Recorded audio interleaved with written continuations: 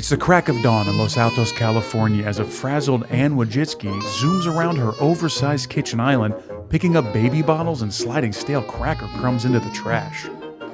She's late for her meeting, but they'll wait. She's the CEO after all, though these days she's spending more time acting like a single mother than the founder of a breakthrough genetics testing company. On the kitchen floor, she notices a mysterious sticky substance that's growing a curiously disgusting white fuzz. She crouches down on the Brazilian hardwood to wipe it up. Looking up out of the floor-to-ceiling windows from this angle, she could almost imagine herself as a tropical bird, floating amongst the exotic palm trees planted behind the pool cabana.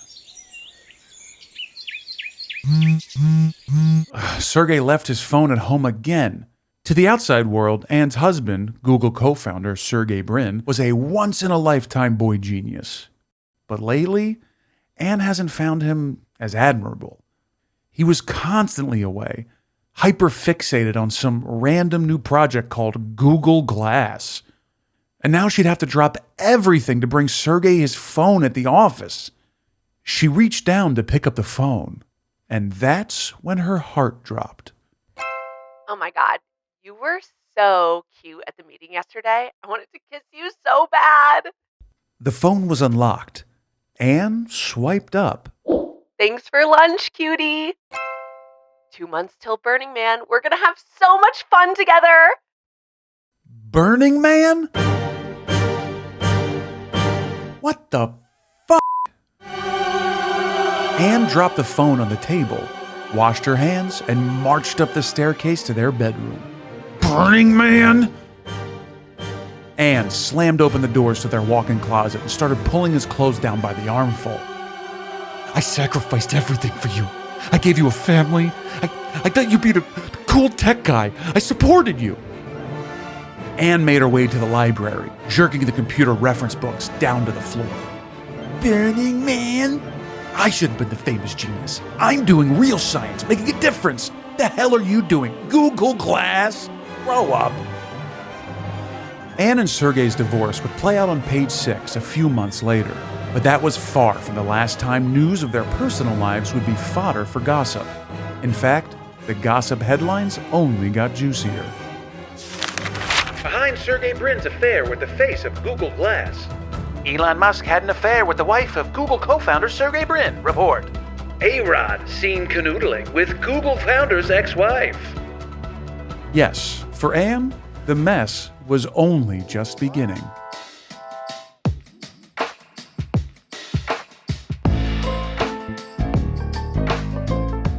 This is the Corporate Gossip Podcast, 23&Me, Anne, and Sergey, and Elon.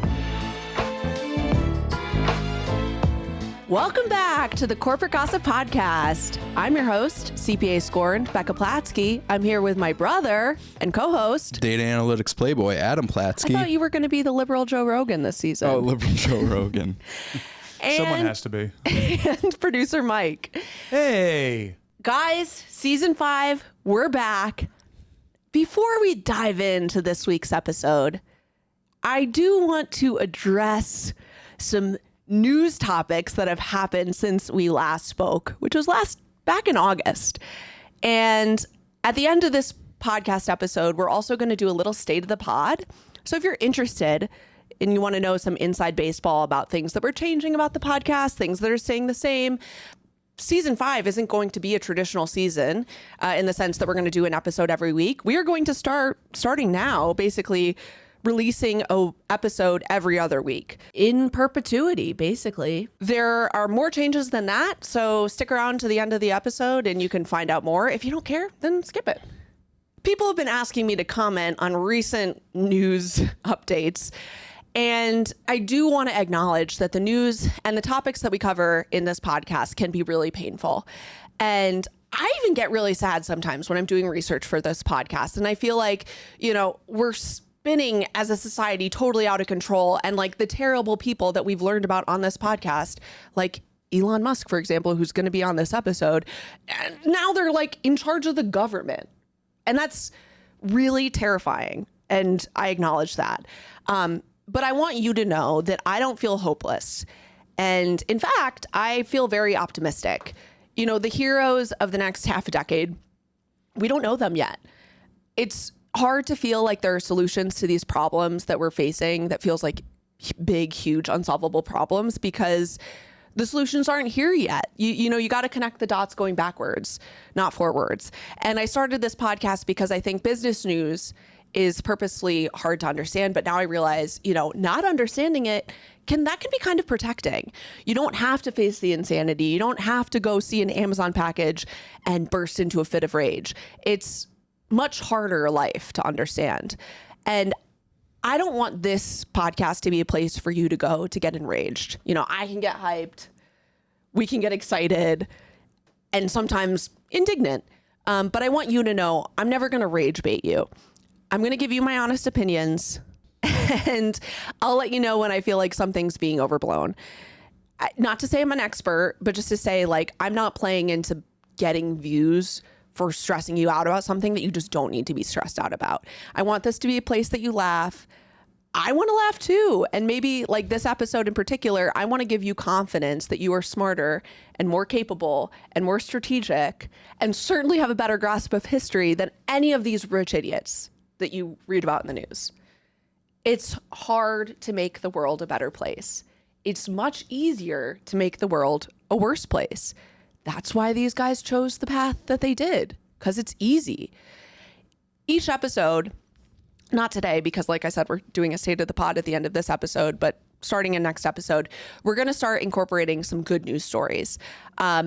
This is, again, another change from how we've done it in past seasons. We're going to start highlighting the people who are doing really incredible and brave things that, frankly, the dumb fucks that we talk about on this podcast could never do.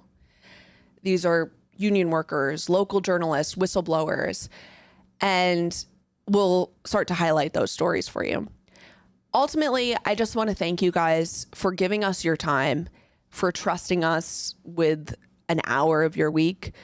I'm here for you if you need my support, if you're starting something new, if you want me to promote it, you want me to put it on my stories, if you're having an event, if you're running for something, let me know. You guys are genuinely one of the best communities a podcaster could dream of. And I'm super grateful. Adam, anything to add? No, nothing to add. You say exactly what I was thinking. Okay, great. All right, so we're ready to dive into the podcast. Adam and Mike, what did you guys know about 23&Me before we really started researching? I thought it was a cartoon about a child and Michael Jordan playing basketball together. So 23&Me is a genetics testing company. Everybody went hog wild a couple of years ago buying their family these genetic tests to find out if they were 12% Swedish. I personally never did it. You didn't do it either. No. Mike, did you do it? I did it because I wanted to see if I had any Cherokee in me so I can get some of that sweet casino money back. And? 0. No, I never did it. I was always sketched out from day one. I was like, I'm not spitting into a tube and sending it into a lab. It did feel sketchy. It did feel strange. I mean, we did it for Sandy. We got Sandy from a shelter out on Long Island. Turns out 100% dog. 100% poodle.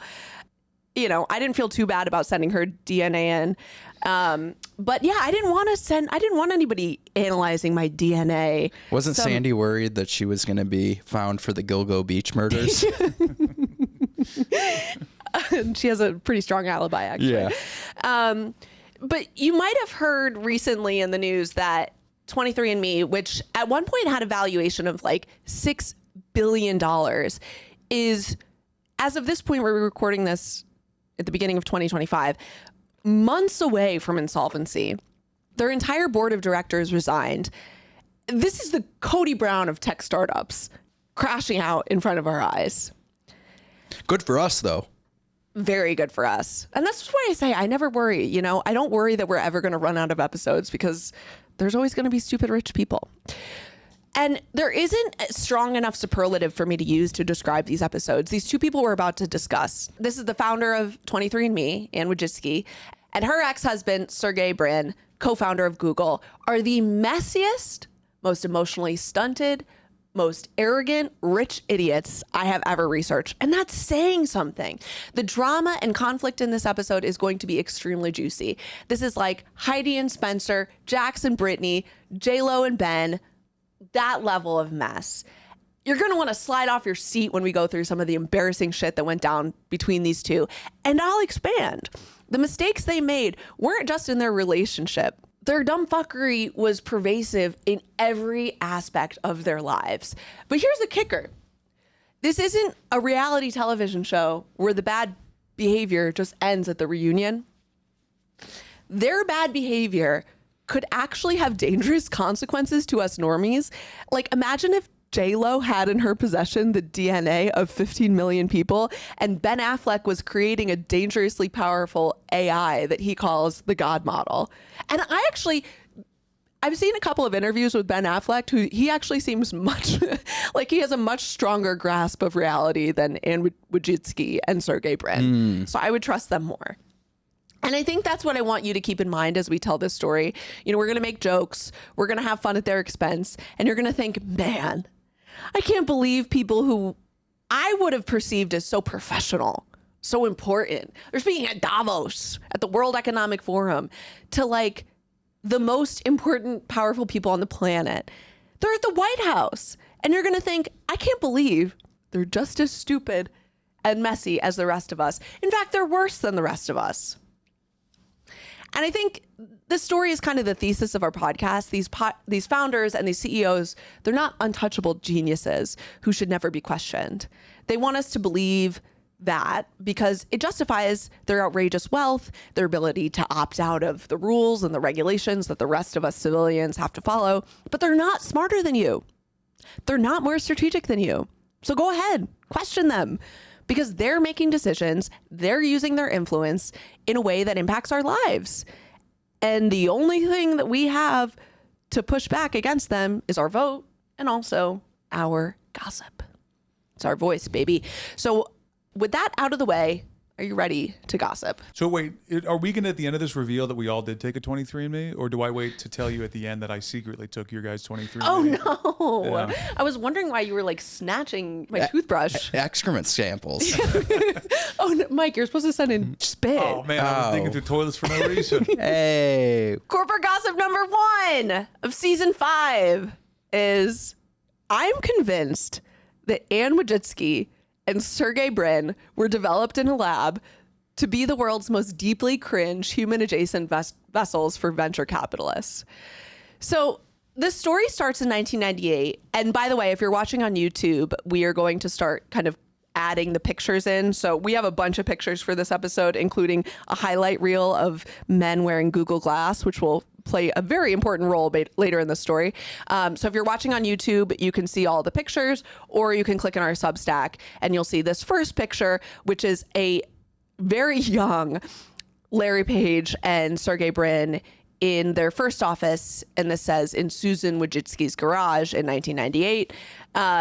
And this is when 25-year-old Stanford graduate Brin was working on an internet startup with his buddy Larry Page. They rented a house in Palo Alto for their first office, and it was owned by the parents of Susan and Anne Wojcicki. And by the way, in all these stories, it says that it's Susan Wojcicki's garage, but it's a house owned by her parents. It's not her garage. I don't know. I just found that a weird thing to lie about. But either way, so Susan ends up an early Google employee, and her sister Anne, who was also 25 in 1998, had just graduated from Yale with a biology degree and was working in San Francisco as a healthcare investment analyst. What a dead-end job. And come on, guys. This is the SBF prequel. If you haven't listened to our episode on Sam Bankman-Fried and his friends, you'll know that early stage tech startups are just young kids sucking and fucking. And Anne and Sergey start dating and eventually marry. Now, this isn't an episode about Google, so I'm going to keep the details light here. But basically what you need to know is over the next 10 years, Sergey would become one of the most famous and wealthy people in Silicon Valley. Google IPO'd in 2004, making Sergey $3.8 billion. Because of this windfall, Anne was able to quit her corporate job and start 23&Me 2 years later in 2006. And by the way, Susan eventually was the CEO of YouTube until she died earlier this year, I think, somewhat surprisingly, of cancer. So let's put a pin in the business of 23&Me, and now we're going to get into... Can I ask a serious question? Yeah. Is that bad for business?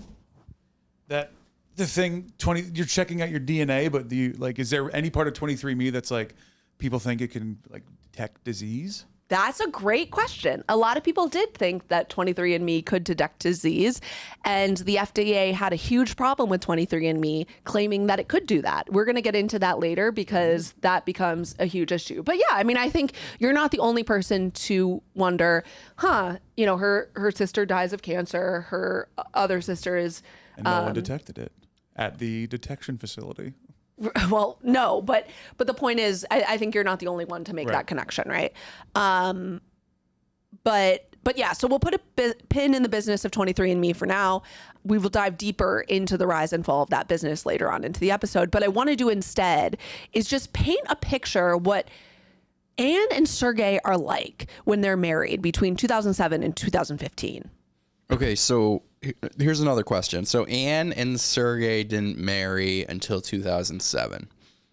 Do you know if they were continuously dating from 1998 until 2007, or was this like an on again, off again type fling? Do you know information? No, I'm asking because I think as you get into it, the timeline is what's interesting to me about whether they were together or they were just kind of canoodling and seeing other people on the side. It seems odd to me that they dated for 10 years. The timeline seems off. I'll say this. From what I understand from early Google, it was very much, like I said, the FTX, SBF type of culture where it was lots of young people, paper millionaires working in Palo Alto, lots of parties, lots of fun. And remember, like, they meet when they're 25. All of a sudden, by the time he's 30, he's like extremely famous and popular. And so, I gotta imagine, especially given the way that their relationship ends up playing out, that there's probably some type of on again, off again. It's not like a super mature relationship in the end. So I can't imagine that those first 9 years that they're dating is super mature and straightforward. What I was assuming was that they had an open situation and that it was because they were young, because it was the romance of Google starting and onboarding all these employees and sleeping in the office and, it being 24/7, that it was like that. And I also took some liberties in thinking, well, it was California, it was the 90s. People were... Early 2000s. Tech bubble. Yeah. Like things might have been wild. Things were wild. We'll get into that, actually, the culture at Google and the dalliances in the massage rooms at the Google HQ in the early 2000s. And that would support that conclusion. But I found a couple of interviews, both contemporaneous and retrospective, that these two would give about one another. And I guess all I can say is, woo-wee! These guys are truly insufferable. Here are some quotes, okay? And we need some twinkly Hallmark movie music for this section, because here's Anne describing her love, Sergey. Anne says Sergey sees the world in a different way, like the sky is not blue, some other color. As an example, she describes the time she and Mr. Brin had to take their children to the passport office. After 10 minutes in line, Mr. Brin was able to give the teller a complete redesign for the office for better traffic flow. Can you imagine being at the DMV and some fucking rube comes up to you and is like, actually. Side note, I feel like every tech executive has told some variation of this exact story, except they were the main character. They gave the redesign and everybody clapped. Anne is very much like, I'm not like other girls. She does her own laundry, even though she's a billionaire. She doesn't wear makeup to her wedding. Like, that's fine. You do you. But here's something that, like, I truly don't understand. She's giving her kooky travel hacks with her kids. Quote, the other thing I used to do when we travel in the summers, because I don't like to pack a lot. And so I'd have the kids bathe in their clothes and then they'd change into something else. And then their clothes are clean for the next day versus the hotel laundry, which is so expensive. Excuse me, what? It's wackadoodle time. That makes no sense. Why wouldn't you wash the clothes and the kids separately? How is that the best option? I guarantee you never did that. I honestly hope you're lying, because that's extremely strange behavior. This is what common folk do. Yes. Exactly. Most poor people struggling bathe their children and with their clothes on. So I will do the same. So then you have dirty clothes and dirty kids. Yeah, really. This is her dipping her feet into the toilet bowl moment. Yes. If you go back to some of our very early episodes, you'll learn about some weird water habits from CEOs, whether it's John Foley, the CEO of Peloton, waterboarding himself in the morning, or Steve Jobs sticking his toes in the toilet bowl. They always do weird shit with water. I wonder if she had stories where she was trying to convince people she wasn't rich. She's like, I don't do rich stuff like normal rich people. I don't chew the food and spit into my kid's mouth before they eat. Like, wait, what? Is that what you guys are doing? But maybe you're like, Becca, you're being mean and you're being biased, and this behavior is not that weird. Then how about this? This is from Kara Swisher's Burn book describing Anne and Sergey's baby shower in 2008. Quote, guests either got to wear a diaper with an oversized comical pin, or a ruffled baby hat that came with a rattle, or adult-sized footy pajamas accessorized with a teddy bear and a sucker. Swisher wrote that she spotted, quote, some of the most powerful people in tech and media all decked out as newborns. Brin roller skated around the room in a onesie, and then Rupert Murdoch's wife, Wendy Dang, rocked a giant diaper over leather pants and stiletto boots. And you'll remember Wendy Dang from our Schmuck Session episode. It was these two anecdotes that made me think that maybe they're in on the joke and we're not. Like, they're saying all this stuff to push against the grain and to be like, look at how weird we are and look at how weird. And they're just also like, let's see what these idiots will print. Or are they that stupid? It's giving like art installation. Like everyone has different shoes that have heights, like heighteners on them, so that everyone's the same height. No one's taller, and then there's no, you know what I mean? They're trying to like bring everybody down to like, you're not special tech person millionaire. You're wearing a diaper. Like that's what they're trying to do. They're trying to make it like artsy and like everyone's level playing field. Like, so wear a diaper. I don't know. I genuinely don't know. It's a good question. If you have any idea, if you were at this party and you can vouch that it was really fun and you listen to this podcast, let me know. Was that fun? And I mean, I think the reason they can get away with this is by 2008, Brin is a certified Silicon Valley A-lister. Like, people will wear a Lisa Rinna Depends diaper to get an audience with him. And Anne certainly benefited from being in that circle, especially, she's trying to grow this fledgling DNA testing startup. She'd host these spit parties to collect DNA, and she was able to get a ton of, quote, celebs on the invite list. So I guess, going to a party and having somebody spit in a cup is not that strange when you've just been wearing a diaper at their last party. Did they call them spit parties? Yes. Spit parties. DNA sample party test. Party. It says spit parties here, but it's a theme party. We're doing a loogie luau. Wear your hula skirt and moisten up. R.I.P. Huck Tua, you would have loved this.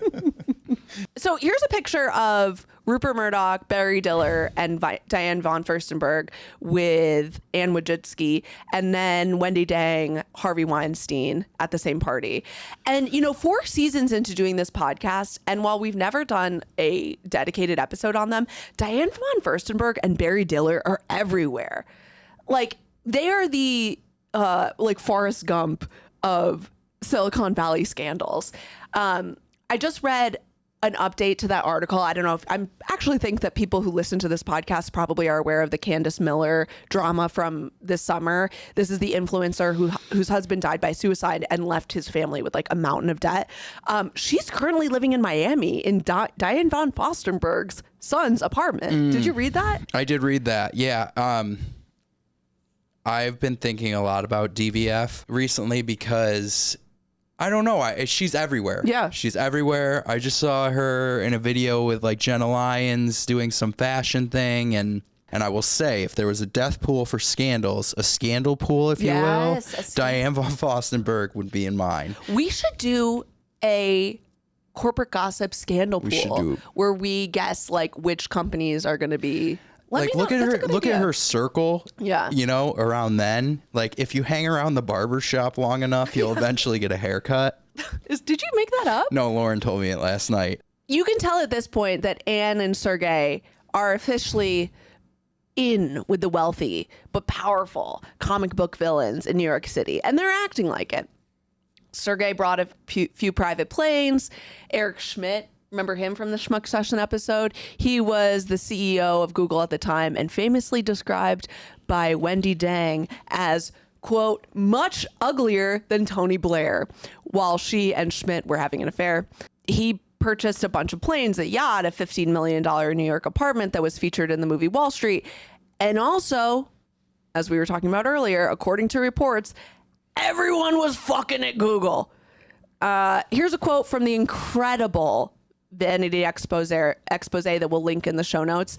Quote, when you have executives dating employees, it's like a doctor-nurse relationship. It's not illegal, but it seems like it shouldn't be happening. Tech is a man's world. Most of these guys are married, and then there's these young, fresh female sharks, and they're smart too.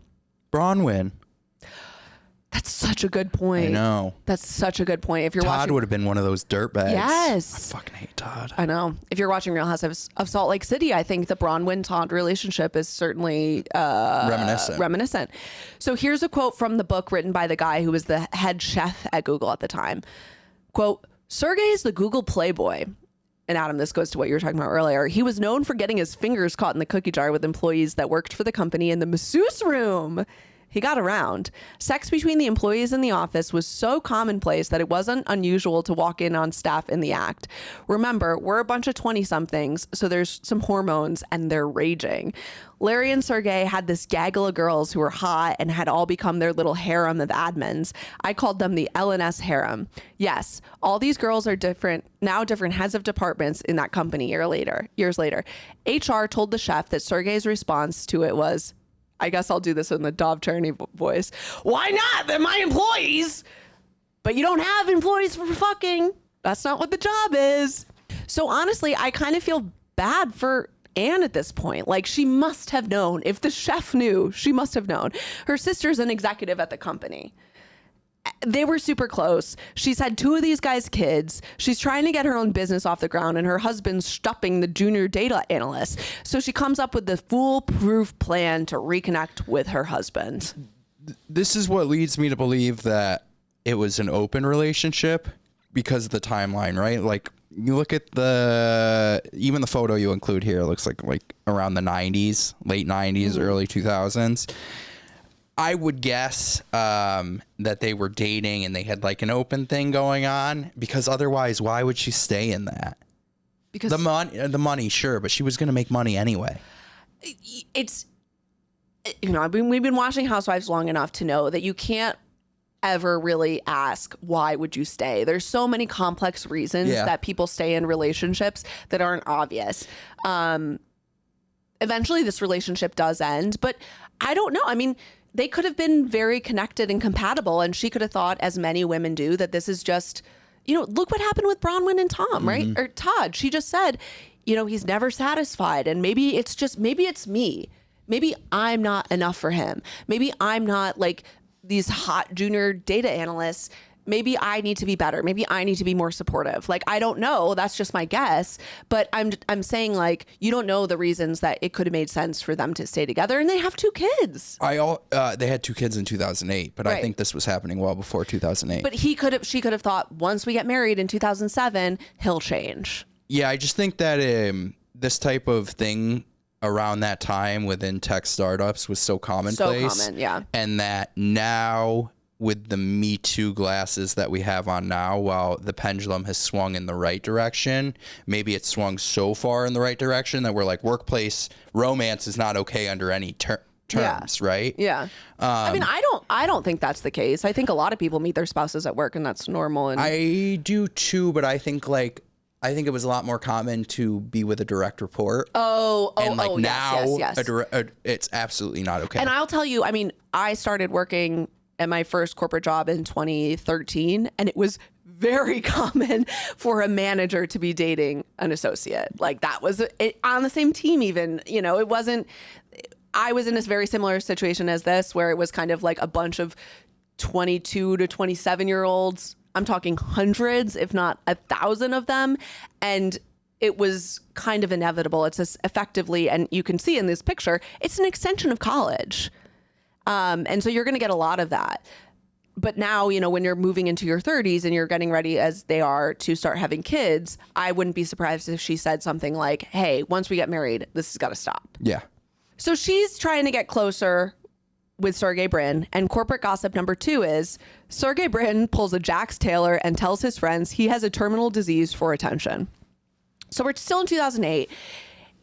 Anne's 23&Me has added a new test to the menu. This one can, they allege, detect a genetic mutation that can predict Parkinson's disease. Now, before I go further, Mike, this is a note for you. I need you to know this. According to the chief scientific officer of the Parkinson's Foundation, they said in an interview with PBS that, quote, even if patients have the mutation in the genes associated with Parkinson's that 23&Me will test for, by and large, they will not get Parkinson's disease. Okay, so that means that the test, even if you get a positive result, that doesn't mean you're getting Parkinson's. At the time, doctors warned that these tests could both unduly freak people out or give people false assurances, because a lot of these diseases are influenced by non-genetic factors. So you could test negative, but because of your environment, you could actually have a higher risk for Parkinson's. Or it could be influenced by genes that 23&Me couldn't at the time test for. So for that reason, many doctors were vocally opposed to direct-to-consumer genetic testing, specifically for Parkinson's disease. And Anne absolutely knew this, and yet, Anne suggested to Sergey that he get tested for the Parkinson's disease. After all, it did run in his family. And the test was positive. And here's what happens next, according to Vanity Fair. Quote, Brin read the risk as possibly only having about 10 good years left. After getting such news, some of us would curl up into a ball. But Brin didn't. Unlike Steve Jobs, who fiercely guarded news about his health, Brin started a blog and announced his results publicly at the Google Zeitgeist Conference in 2008 in Mountain View. I don't even know where to start with this. What did you tell people? Why are we comparing this to Steve Jobs, who had actual terminal disease? Sergey Brin did not have Parkinson's. 16 years later, as far as I can see on the internet, he still does not have Parkinson's. The only thing I can think about is when Jax Taylor did too many steroids and had a breast lump removed and told all his friends he had cancer. Sergey's blog is like, day 4,321, still no Parkinson's. Why can I imagine Sergey went all broken bird and uses this news as a pickup line on a hot intern? It's like, just really sad. I guess the silver lining of this whole thing is since then, Brin has donated $1 billion to Parkinson's research. I'm not going to knock that. And I understand, his mom, I think it was the one who has Parkinson's, and that's probably very scary, but it seems he could have avoided a lot of ag and grief if he had just talked to a doctor, which is so funny. Like, these rich people, they have access to the best doctors, but they're like, you know what is better for me than a doctor? Magnets. A ton of attention. For Sergey, this news basically triggered a full-blown midlife crisis. After all, according to him, he only had 10 years left. Quote, in the years, and this is from the Vanity Fair article, in the years following his genetic test, Brin shifted his focus at Google. Like many leaders in Silicon Valley, he had grown bored with quotidian problems and started to dream more about things that were literally out of this world, like space travel and robots who will become our friends. I'm using words like quotidian.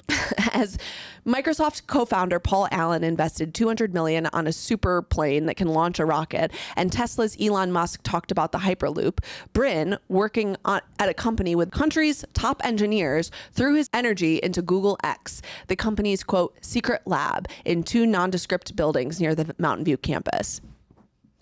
You guys know what you should do if you're so smart? Do what Jimmy Carter did. Go eradicate guinea worm disease in Africa. With 100 lifetime and unlimited funds, these guys like Elon and Sergey and Zuckerberg couldn't eradicate any diseases. They don't have the patience or the knowledge or the strategic aptitude to do anything but this. And if you're looking on YouTube, you can see Sergey Brin looking like a fucking goober with Google Glass on his face. Also, couldn't get that to work. Couldn't get that to work? Google Glass. That's what you came up with? Nice one, Sergey. If you're a Gen Z and you've never heard of Google Glass, it came out in 2013. It was like a headset that you'd wear. And it had like a very small screen attached to it. And it was effectively a very early version of augmented reality. And what I'm not doing justice to here is how fucking stupid they looked. I cannot think of a cultural equivalent of something you would wear that would incite everyone around you to bully the shit out of you. Maybe, do you remember those moon boots that like you'd like trampolines in your those trampolines? If you walked around New York City in those boots, you would get fewer dirty looks than if you walked around with Google Glass. To be found, I don't want to sit here and stick up for Sergey, but 12 years later, we're all wearing augmented reality. We are? Oh, wait, no, we're not. You're a good boy, Mike. So he was a pioneer. He had the vision before anyone else. Yeah. So here's a clip from The Daily Show where Jason Jones is interviewing Google Glass wearers who say that they have been discriminated against in public. The best uses of glass today are apps where it acts as an interface between you and the real world. For instance... Do you guys hear yourself when you talk? An interface between you and the real world. Those are called eyes. I think that the fact that they were discriminated against is kind of crazy. It gives me faith. They should have been beat up. Yeah. They should have had the glass punched into their eyeballs. Oh my God. This is really awkward. I really thought Google Glass was cool. For me, I remember having a visceral reaction to Google Glass, and I remember watching the promo video, and it was a guy in New York going about his day, and he wakes up in the morning and he looks what's on his agenda, and he walks through the streets, and Google Glass guides him through the streets. And for me, that was it. I think I was in college. I thought it was awesome, though. I didn't even wear glasses, and I wanted it. Like, I think Google Glass for a white guy is just about as good as it gets. It gets me going. And augmented reality. You are not alone, because there was an entire Tumblr called White Men Wearing Google Glass, which I pulled some pictures of today. And we also put together a PowerPoint of famous people wearing Google Glass at the time. But Mike, you said you tried Google Glass and it wasn't at all what the commercial. It feels like it's what the 80s thought that the 2000s was going to be. So you know what's so funny with a lot of these CEOs around this time is you can tell that they grew up watching sci-fi in the 80s, because by the time they're in their mid-20s and they actually have the money to invent things, it's just the things they thought about when they were 13. Yeah. And to be fair, like, Sergey was probably insulated from public opinion like ours, because in Silicon Valley and among the uber rich, these were pretty popular. It's like Allbirds, right? Or Timbuktu, or any of these for us, by us tech bro products that are like a business mirage, right? Like, the market for these products is really only as big as your own capacity for delusion. So you have this picture here of Diane von Furstenberg, Sergey Brin, and another guy, and DVF was instrumental in the design of Google Glasses. Her next project was Google Wrap Dress. So now back to Anne, who's what has DJ Khaled said? Congratulations, you played yourself. She thought that the illusions of Parkinson's would bring her and Sergey together, and she even patented a newly discovered gene variant that might protect those with Brin's rare Parkinson's related mutation. The author of the article where I pulled this has a nice footnote that reads, like many of her business decisions, patenting genes, a move often seen as an attempt to corner a drug market, is controversial in the medical establishment. And I think this gene patenting is like the rich person equivalent of like taking a guy's sweatshirt home. Like, you're going to have to come over, and if you want your Parkinson's cured. You know, and while Brin is the most popular guy in Silicon Valley, Anne is feeling even further behind. Her 23&Me tests were still priced way too high for the average consumer. She'd been battling the FDA, which had shut down her company from providing the type of test that Sergey had used for the Parkinson's gene. The FDA said it was concerned that 23&Me failed to supply any indication that it had, quote, analytically or clinically validated the genetic test for its intended uses. Basically, they were selling customers a service without proving at all that the tests they were running were accurate. And things were about to get much worse.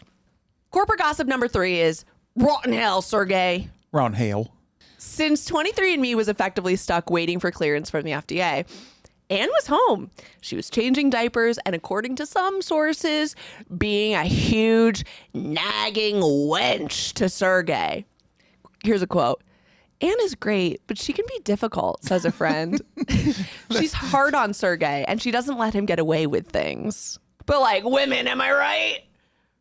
They're always like telling their husbands, like, don't cheat on me. Help me with the kids. Two very difficult thing for men to Do you find that intern attractive? No, honey. Of course not. Oh my God. Co-eds? No. Gross. Yucky. Don't look at my Pornhub history. Ugh, look how she wears her pants so tight, and you can see her underwear lines. Ugh. And meanwhile, I zoned out there for a second. And meanwhile, Sergey is like a bona fide celebrity. So Anne asks Sergey, hey, Sergey, can I come to the office with you? I'd love to help out with Google Glass. And Sergey's like, sure, Anne, I have nothing to hide.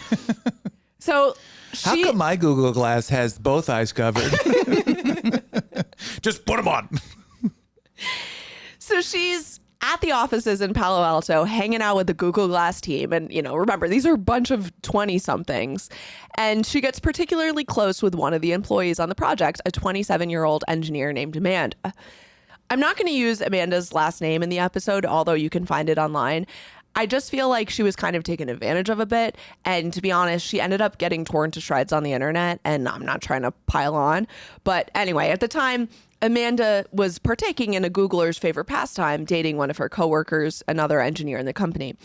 And Anne and Amanda became friends as they were working on the Google Glass project together. That is until Anne found rather flirtatious text messages on Sergey's Android between him and Amanda that raised alarm. Turns out Sergey and Amanda had been having an affair. And like, my question is, like, he must have wanted to get caught, right? Like, of all people, you're telling me Sergey's going to leave his droid unlocked? I don't believe it. And that was the final straw. Anne kicked Sergey out of the house. They wanted to keep their separation private, but rumors started to swirl around Google HQ that, according to a friend of the couple's, Brin wanted to go public with the news before Burning Man, which takes place at the end of August, because he hoped to attend the festival with Amanda. I got something to say. Nothing good in tech comes out of Burning Man. If you read any book about a defunct tech startup, I can say with 90% certainty that Burning Man will be mentioned. You're telling me being dehydrated and doing copious amounts of ketamine doesn't result in disruptive technology? So yeah, Burning Man's a shit show. If you ever see me at Burning Man, you can do me a favor and kill me with a boring company flamethrower. Because in my opinion, it's the worst place to be. I'm not going to lie. I did go through a phase in the early 10s where I wanted to go to Burning Man bad, but I just... Everybody did. Then I slid into home plate one time and I had a little bit of dirt in my crack, and I was like, no, I'm out. No more Burning Man for me. But it is interesting. Burning Man has one of those followings that people are like, like a deadhead style following, where people like morph their lives around it. I remember watching a House Hunters one time where the guy was like, wanted to live closer to Burning Man. He was like, the only reason I'm moving here is because of Burning Man for 2 weeks out of the year. Yeah, it's closer to Burning Man. They're like Santa's elves. As soon as Christmas is over, they're like, back to work, waiting for next year. And they're just like digging the work. They're just like, oh, I'm just working for the burn. Yeah. I mean, look, it's ultimately, at the end of the day, it's just summer camp kids. Like, it's kids who loved summer camp and want to experience that again. And I don't blame them. I think it's probably a quite transformative experience. And the LSD don't hurt either. Listen, am I talking shit about Burning Man? And I still think I'm mad that I didn't go in the time when it made sense in my youth. Yeah, a little bit. Should we do a research trip to Burning Man? Ooh. You know, the burn comes and goes, and suddenly the novelty of the affair is wearing out for him. And here's another quote. Brin likes his newfound freedom, says the friend of the couples, but he also likes being close to his wife and children. He thinks his life is great now. Brin attended Marissa Meyer's annual extravagant Halloween party with Wojcicki and the kids. This didn't sit well with Amanda, said a family friend. The two of them have horrible screaming fights. It's part of the passion, the chemical attraction. And it's like, oh my God, like, this is just what happens when you have an affair with somebody who's 10 years your junior. Like, it's super hot and heavy, and then you start fighting. Like, everybody, they think they're having these unique experiences, and it's so played out. Like, they don't realize, like, anybody could have predicted this would happen. They said that backwards, too. It's not a chemical attraction. It's an attraction to chemicals. So they broke up, and then the story just gets weirder from here. So corporate gossip number 4 is Anne rebounds with A-Rod, and Sergey gets in a love triangle with RFK Jr.'s presidential running mate and Elon Musk. Like classic camp stuff, you know what I mean? You leave for the summer and you come back and you're like dating the star baseball player. Right. But he goes to another school. Right. Yeah. According to you. So I met him at the other camp. a year after Sergey and Anne... You suck. That was a heavyweights reference. Another one. So a year after Sergey and Anne divorce, they're at this award ceremony for the Breakthrough Prize, which is a prize that they fund that's like the Oscars of science. All eyes are on them when they are walking the red carpet for this event, and each of them is flanked with a new boo. So here we have Anne with A-Rod, or Alex Rodriguez, which, if you don't know, was a shortstop for the New York Yankees, one of the most famous baseball players, dated J-Lo, Cameron Diaz, among other celebrities. And then we have Sergey Brin with Nicole Shanahan. It's crazy. Anne couldn't have traded in for anyone more different than Sergey. Yeah, I'm just like, physically. Yeah. I don't know how to describe what's playing out here other than I feel like I'm watching an episode of Degrassi. Like, it really is giving junior high, trying to make your ex jealous. Anne is with A-Rod, Sergey's with Nicole. It's, by the way, Nicole is a Silicon Valley lawyer, and she's hot. It looks like A-Rod and Nicole came together as a couple, and they're taking photos with like the people that threw the party. Yeah, it does. I mean, they both traded up. Absolutely. Looks wise. Yeah. So let's just touch down first on Anne and A-Rod. I don't think I've ever seen a more awkward couple in my life. Here's a photo of them taken by TMZ, and then here they are at the Met Gala. I got to read you some quotes from Anne about this relationship. It really blows my mind that these people are having these conversations, are supposedly full-grown adults. This is from a New York Times profile of Anne where she reflects on the relationship. Being a math whiz, Miss Wojcicki proceeded to learn every baseball stat. When Mr. Rodriguez saw her watching a YouTube show called The Physics Girl and asked her what it was, she told him, "It's like the Yes Network, but for physics." Anne, is this man 5? She goes, "I didn't realize that you needed special channels to watch sports games." Wait. That's after she said it's like the Yes Network, but for physics? Yeah, you're right. She already knew. Yeah. But she wanted to be pick me. I don't watch sports games, whatever. She said, Alex is a really sweet guy. He's a smart guy. He's a good person. Alex lives in this world of cash flow business, and Silicon Valley lives in this world of the potential of the future. So it was actually a really fun conversation. Alex was really into car dealerships, and I was like, we're all about self-driving cars. No one's going to buy a car. You want to buy a car dealership? I'm going to short your car dealership. And I just have a couple things to say. First of all, Anne, just so you know, Silicon Valley is also a cash flow business. I know a lot of you and your peers don't seem to think so, but you do need cash.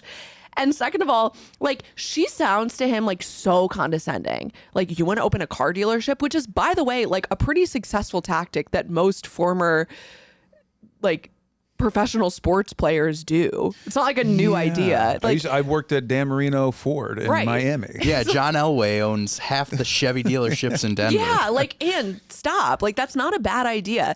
And I'm going to short. Imagine if Mike started a business and I'm like, I'm going to short it. Like, what the fuck? Real great bedroom talk. Yeah. The weirder part about this relationship is the way that Anne's mom, Esther, takes the opportunity to also be weirdly mean to A-Rod in the press after they break up a few months later. Obviously, this relationship was not built to last. She goes, quote, "I like A-Rod. He was a very nice man," said Esther Wojcicki. "He came from a Hispanic family. We liked them. They were very sweet. He seemed to be genuinely in love with Anne. But right away, I figured out this was a mismatch. He had no academic background. We couldn't have an intellectual conversation with him about anything. His main interest in life was something that none of us had ever focused on, which was baseball." He could park himself in front of a TV and watch baseball for 10 hours a day. He wasn't even sure he wanted to go on the yacht with Anne because the TV may not be working. I wish J-Lo, who A-Rod ended up dating after Anne, all the luck in the world. Bitch. Yeah, no. Her mom is... Yeah, she sounds like a monster-in-law. And by the way, not to come to A-Rod's defense, but he is a baseball analyst and who legend. Works on a TV show and, analyzes baseball. So it's kind of important for him to be watching baseball. And maybe it's an interest of his. It's part of his job. Like, this woman is obtuse. Obtuse. My favorite part of the quote is he came from a Hispanic family. Like... you mean he's Hispanic? You dumbass. Like your right winger is showing. Like, really. what the hell? What I want to know is, what's her name? Esther. Where was Esther on January 6, 2021? For That's real. what I wanna know. Like, this gives me a good opportunity to touch down on Anne's mom, Esther. Remember, Anne's sisters are also very successful. Susan was the CEO of YouTube, and Janet, her other sister, is a doctor. Esther wrote a book taking credit for her daughter's successes. She called the book How to Raise Successful People. The book is controversial on Goodreads, but I did find this review on a parenting blog that says, quote, the book is a case study for how a narcissistic parent destroys the children through gaslighting, breaking boundaries, and emotional neglect. Look, I can't say whether this is true or not. I'm not going to read the book. And I couldn't find any quotes from Anne about her childhood or her relationship with her mom. But I will just say it's kind of fucking crazy to talk shit about your daughter's new boyfriend, who, in your own words, is genuinely in love with your daughter, when your daughter's ex-husband and father of her children publicly embarrassed her. Like, let her date the hot baseball player. But he like, doesn't who sit cares? in front of the TV and watch baseball all day. Yeah. It's like you're acting like an elitist brat. So we're going to leave Anne's love life there for the episode before we circle back to 23&Me.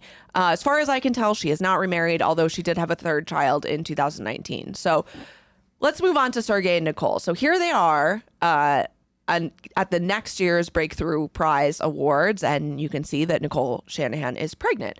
So let me tell you the origin story of Sergey and Nicole Shanahan. So right after he breaks up with Amanda and the divorce with Anne is finalized, Sergey takes a wellness retreat to Lake Tahoe. Mm-hmm. And this was there ayahuasca? I'm certainly, I'm sure. And this is where he meets and starts an affair with Nicole, who was engaged at the time and like a month from being married to a tech investor named Jeremy Kranz. She ends up going back home, getting married to this guy, and Jeremy finds text messages on her phone between her and Sergey. Again, like, do these people not lock their phones? Like, it's insane. And ends up getting the marriage annulled 27 days after the wedding. There are no pictures of the two of them on the internet. And that's because part of her divorce agreement was that she had to delete all the pictures of them together. So Nicole and Sergey actually did end up getting married. And you can see here they have a kid together in 2018. So they're this happy little couple until the pandemic, when their daughter was diagnosed with autism and they're really struggling being in lockdowns, and their marriage starts to crumble, which I can say is like the most relatable thing in this story. Until the part where she blames her kid's autism diagnosis on the COVID vaccine. But anyway, here's what happens next. It's interesting that billionaires had trouble living with, like, they couldn't escape their significant others during COVID. Everybody was on the same level playing field.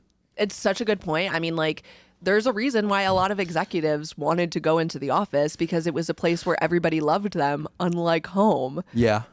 Oh, you invented Google? Put some new pants on. Oh, cool. You invented the greatest search engine of all time. You need to clip your toenails, you pig. So here's what happens next, according to the New York Times. Quote, Shanahan started going out more without Brin. Her partying escalated to the point where she needed an IV infusion after a night of heavy consumption and drugs and alcohol at an event in Miami in early 2021. At this point, she should have just switched over to being an influencer. I was in Miami in early 2021. Were you also interesting? I don't remember. Were you partaking in the same activities? I don't remember. Could have been there. There's no way to know. There's no way to know. Were you at, in late 2021, a private party in Miami that was thrown by Kimball Musk? And No, you missed that I wasn't one? there. That Kimball Musk obviously is the brother of Tesla CEO Elon Musk. According to the Times, Shanahan and Musk both consumed ketamine and then disappeared together for several hours. According to the Journal, Musk begged for Brin's forgiveness by dropping to one knee. One knee is interesting. Normally when you beg, you get it done on both knees. And expressing remorse at a party in early 2022. The alleged affair caused a rupture in the friendship between Brin and Musk, so much that the Google founder divested himself in holdings of Tesla and other Musk-owned entities, it was reported. And this is a big deal. Like, Brin is probably invested, like, I would guess hundreds of millions of dollars. It's not just like a couple grand.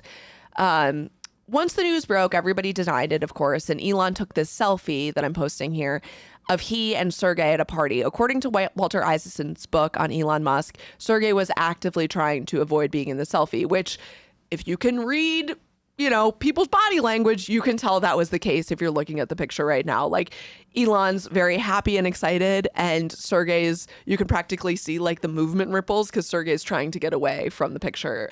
So anyway, Nicole and Sergey did end up divorcing in 2023, and then in 2024, RFK Jr. announces that Nicole is his running mate for his presidential campaign. She was actually the one who bankrolled that controversial Kennedy ad during the Super Bowl. So here they are announcing their candidacy, and here she is holding hands with Cheryl Hines. And she's with her new husband, Jacob Strumwasser, who I guess is a Wall Street guy. Really, a guy with the last name Strumwalser is a Wall Street fella? This guy's so dweeby. Yeah. So as far as Sergey goes, he doesn't seem to be dating anyone at the moment. So let's leave that drama behind and wrap the episode by talking about business. Corporate gossip number 4 is everybody hates Anne. So the last part of the episode, I'm going to give you a quick rundown of the rise. Well, there wasn't really ever a rise, but it was more of a propped up, overhyped money grab and the fall of 23&Me. Between 2015 and 2018, 23&Me finally gets approval from the FDA to offer health-related genetic testing for customers. In addition to the ancestry, well, I guess it's not ancestry, it's like ethnicity tests that they were offering. It was the health-related testing that was really the crux of Anne's value proposition for this company. The ethnicity tests were great, but that's not going to make a multi-billion-dollar company because you're going to run out of customers. Like, people do it once, they find out where they're from, they give it to a Christmas present, but there isn't like a business that can scale that way. What she really needs is people who take the genetic tests, get some life-altering results, and then they pay a subscription for continued access to updated testing as it becomes available. And that was part of the dream that they sold when they went public through a special purpose acquisition company in 2021. At the time of the IPO, the company was valued at $3.5 billion. Remember that, because I'm going to tell you how much it's valued at now. But the company was still controversial. Experts were skeptical over their gene-based risk analysis. Customers were worried about the safety of their data, and they were right to be worried. There was a huge data breach of 6.9 million users' ethnicity data 2 years later, and doctors and scientists were still pushing back on Anne's claim that her direct-to-customer business democratizes, I have that in big quotes, genetic information. They're like, babe, you have to get a doctor to interpret these results to patients, or they might misunderstand the results and a disaster could happen. Like, we could get Google Glass. And I listened to a bunch of interviews that Anne gave at the time.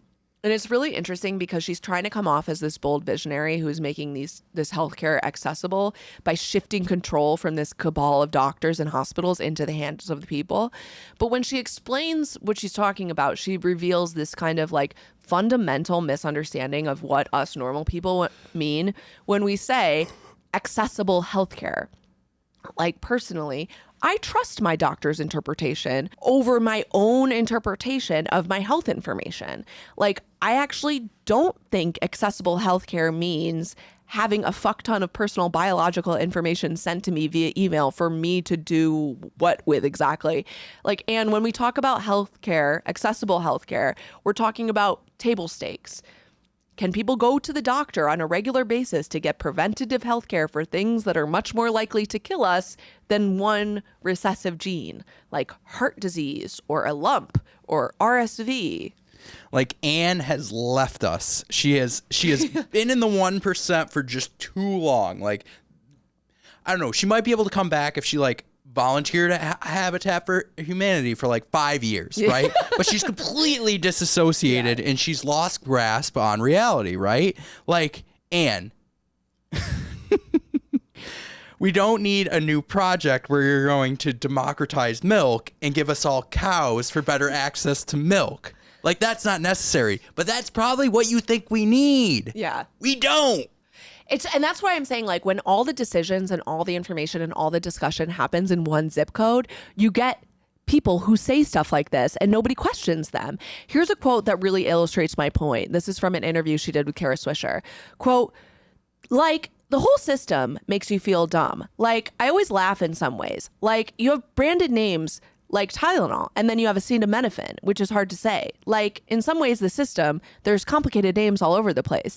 To me, it's almost like a communist society where people are so used to being told what they should and shouldn't do. And what we're in some ways trying to do was we're trying to wake people up to the fact that they're actually responsible for their own health. What's your point here, Anne? Acetaminophen is the generic name for the drug Tylenol. Both names are derived from the chemical name of the drug, which is N-acetyl-P-aminophenol, whatever. There's a healthcare conspiracy because people don't refer to drugs by their chemical components. Like, what customer are you talking to that has that complaint? Yeah, you know what? This isn't supposed to be a pro A-Rod podcast, but I think A-Rod was smarter than Anne Wojcicki, and good thing he left her ass. The second part of the quote where she talks about somehow relates this to communism, I don't even know where to begin to dissect it. And just like a quick aside, like, for what it's worth, I did a little bit of research on like healthcare under communism, and I read in NPR that healthcare was actually free in China when it became a communist country in 1949. And during that time, health outcomes, especially for the most vulnerable populations, improved dramatically until the country started implementing free market reforms in 1984 and basically started incentivizing healthcare companies to make money, leaving the majority of the population uninsured, while at the same time organizing the delivery of services around maximum profit, which led to a level of distrust between patients and healthcare providers that leads patients to literally try to kill their doctors. So I'm not trying to defend communism, but like, again, with 2 minutes of research, you can punch a massive hole in her argument. But these Silicon Valley people just think communism bad. I don't think any more than that. And it's fucking annoying. It's fucking annoying. Like, nobody wants to profitize. Like, no ethical person wants to profitize on healthcare, and it's a red flag if you do. Yeah, I think they're just like in this mode where they're like, all right, middlemen are bad. How do we bring everything directly to the consumer? Yeah. And there's no practicality of it, or like, hey, maybe we need doctors to like tell us exactly what everything means and like make a couple recommendations, because otherwise I will just go on WebMD and fear spiral, you know? Yeah. Yeah, and I think also to say that people need to be, quote, woken up to the fact that they're responsible for their own health is not only condescending, but it shows that you have a deep misunderstanding of the problems that your customers are actually facing. We know we're responsible for our own health. We're trying to improve our health, but it's really hard because we lack access to basic affordable health care. I'm not saying that billionaires can't start healthcare companies, like, knock yourself out, but don't market it to us like you're some do-gooder savior doing anyone a service. So it's gaslighting. You're not trying to democratize healthcare. You're trying to monetize healthcare. And you want to know how I know that? Because the minute that Anne Wojcicki realized that her strategy wasn't making her any money, she started running around looking for new businesses that were only tangentially related to her original mission. Let's sell customer DNA to GlaxoSmithKline for $300 million, which is like a very small amount of money in my opinion. Let's make our own drugs. Oh, wait, that's expensive and difficult. Okay, scratch that. Let's buy a virtual telehealth company so we can sell weight loss drugs like every other fucking cut rate online boner pill mill. And if you're exhausted by all of the divergent hyperfixations, so is the board of 23&Me, who all stepped down on the same day in September. They fucking Cody Browned her, or I guess she was the Cody Brown, and all the wives. They pulled a Mary Janelle and Christine, and they said, we're out. Since the company went public in 2021, the stock is down 99.9% and is worth the amount of cash in the bank, $7 million. Remember how much I said it was worth when it went public? $3.5 billion. $3.5 billion. It's a big difference. And I don't need an MBA to tell you that. Anne wants to take the company private, but the board, most of whom I assume have lost a ton of money, has said, quote, after months of work, we have yet to receive from you a fully financed, fully diligenced, actionable proposal that is in the best interest of the non-affiliated shareholders. According to the Wall Street Journal, 23&Me is likely to run out of cash this year and is now looking for a buyer, which would scare you a bit if you've ever spit in a cup for them. I'm talking to you, Rupert Murdoch. You know whose portfolio this would make a great addition to? Who? A-Rod. Wouldn't that be funny? I'm just thinking right now, like, how much would I pay for Rupert Murdoch's DNA? Ooh, $7 million. I mean, Crowdsource. it's then you could do only like for extortion purposes, right? And then you could do like what they did with Barry Bonds' number one home run ball. The guy who bought it put it online and was like, hey, what do you want me to do with it? And like the highest vote wins. Yeah. We'll clone Robert Murdoch. Rupert Murdoch. What did I We'll say? make a clone called Robert Murdoch. Did I say Robert Murdoch? Hilarious. No, Robert is the Rupert Murdoch clone. That's what I just said, yeah. And then it's Barry Murdoch. Yeah. Barry Murdoch. And each time it's just a copy that gets more and more unhinged. I like Pizza Steve. Because the most valuable asset this company has right now is the genetic information of 15 million customers, which is not protected by HIPAA, by the way, at least in the United States. I don't know what's going on in Europe. They have stronger privacy laws. According to an article in The Atlantic, quote, a spokesperson acknowledged to a reporter that the company can't fully guarantee the sanctity of customer data, but it said in a statement that, quote, any scenario which impacts our customers' data would need to be carefully considered. Carefully consider how much cash you're going to throw me for all this spit. I love, we can't fully guarantee it, which is another way of saying it ain't happening. But this, I'm also thinking about, like, practically, they have all this DNA, right? It's sitting in like a freezer somewhere, right? Like, just there's holding costs to that. So like, what's happening to it? Yeah, like, it's a good question. Like, it's an operational expense. yeah. to So have like that. the $7 million is, they're burning it. Yeah. All right. So all your spit's It's scary. gone. It's scary, right? Like, there's a lot of ways that this data might be misused or used in a way that customers couldn't anticipate when they first bought 23&Me, was a quote. Like, insurance companies could use the data to find out what genetic predispositions you have. Law enforcement could be using it to implicate some third cousin you've never met in a crime. Or drug companies using the data to specifically target you with drugs to treat specific ailments that you're at risk for. Yeah, like a drug company specifically targeting you for cold sore medicine. Yeah, and valcyclovir, keep it coming. Keep the Valtrex coming. Wow, I'm deleting that part. And it's on this side, so no one will see it. Are you ready to get into the takeaways? Yeah, go ahead. This is such an interesting case study to me because it's so rare that we get such deep insights into the personal and professional lives of these billionaires. You know, I think we're seeing what we talk about all the time on this podcast, which is, you kind of mentioned earlier, being rich for too many years takes ice cream scoops out of your brain. The decisions they make, the explanations they give, it's all clear that they become, after a while, a net negative to society. And Anne's decision with 23&Me could have serious consequences on the customers, consequences that they were not warned of and not protected from. This is also a failure on the part of our regulatory state. And Sergey Brin lucked out in this episode because so much of his work lately on the God model of artificial intelligence hasn't come to fruition. But I'm scared. Like, people this shitty should not be able to act unregulated. Oh, okay. Yeah. So this is a really great start to the season because this season we're going to be talking about blitz scaling at least once in a huge way, right? And I think to a certain extent, 23&Me benefited a lot from blitz scaling, growing irresponsibly, just growing for the sake of growing, and not really thinking about the consequences. And yeah, that's what it is, right?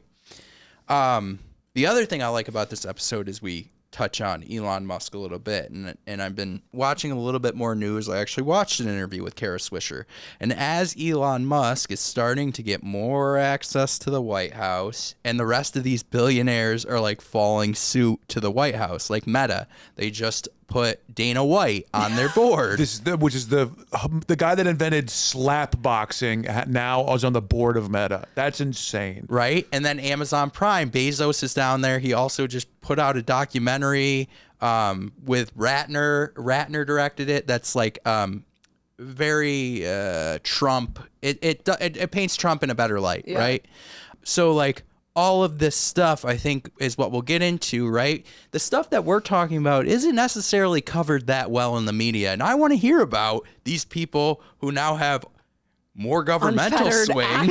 Yeah. What their personal lives are like, because that's, it's generally the public interest. Yes. So I'm glad we're talking about it. Gossip is the public interest. Gossip is something that helps keep people accountable. And a lot of people like poo-poo on gossip. They call it like, pop culture, all this stuff. This stuff keeps people behaving correctly. Like there's a reason that most of the time, the reason, if you're going to a church, you're not acting right because of God. You're acting right because you don't want people to talk shit about you at church. Like that's a thing. That's a thing that helps keep people accountable for centuries. And this is our church. This is our steeple. Open up the church and look at all these rich idiots inside. Mm-hmm. We're going to talk shit about you. Thank you guys for joining us for another incredible season of the Corporate Gossip Podcast. I want to tell you guys a couple of things that are going to change going forward. So we're going to start doing episodes in perpetuity. So we're going to give you an episode every other week for the foreseeable future till TBD. I'm not sure, but we're going to move away from doing like seasonal releases where we give you 12 episodes at a time every 6 months. And now we're going to give you regular episodes. This allows us to keep some more newsworthy content in there where we are able to be a little bit more timely. We can change things around. For example, we're doing an episode in 2 weeks covering the trial of Charlie Javis, and her trial is going to be the beginning of the week, and we're going to record an episode at the end of the week. So those are the opportunities that we get when we reorganize the podcast this way. So that's a big thing that is changing. The other thing that is changing is Adam and I are going to start to do, I think with this episode, we're going to start to post on the Patreon a little kind of informal episode. I'm not exactly sure when the schedule for that is. So we haven't necessarily decided if it's going to be the Friday that we don't have an episode of every other week. I'll keep you guys posted on the Patreon, but you can click the link in our bio and join there. And I'm not sure. I think we're going to probably have it like a $1 paywall or something like that, or pay what you want. But again, more details on that. But you got to pay. Well, here's the thing. Like, I don't actually want this stuff to be behind a paywall, but I do want to keep us like safe from trolls. So I think I'm going to do a pay what you want, but at least $1 or $2. Whatever the minimum is. Whatever the minimum is what we're going to set. Just because, like, I don't know. I want it to be a safe space because we're going to be a little bit more, I don't know, casual on it, a little bit more unfiltered. Not like we're filtered, but, it's going to be a little less structured. So that's what's changing. What's not changing? We are still an independent podcast. So here's a little bit of inside baseball. So we were approached by several networks over the summer to join their slate of podcasts.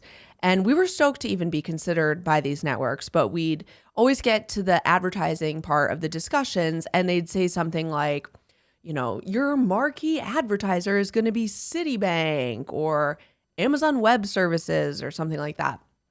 They would be clear that we would still have our editorial independence, which I totally believe.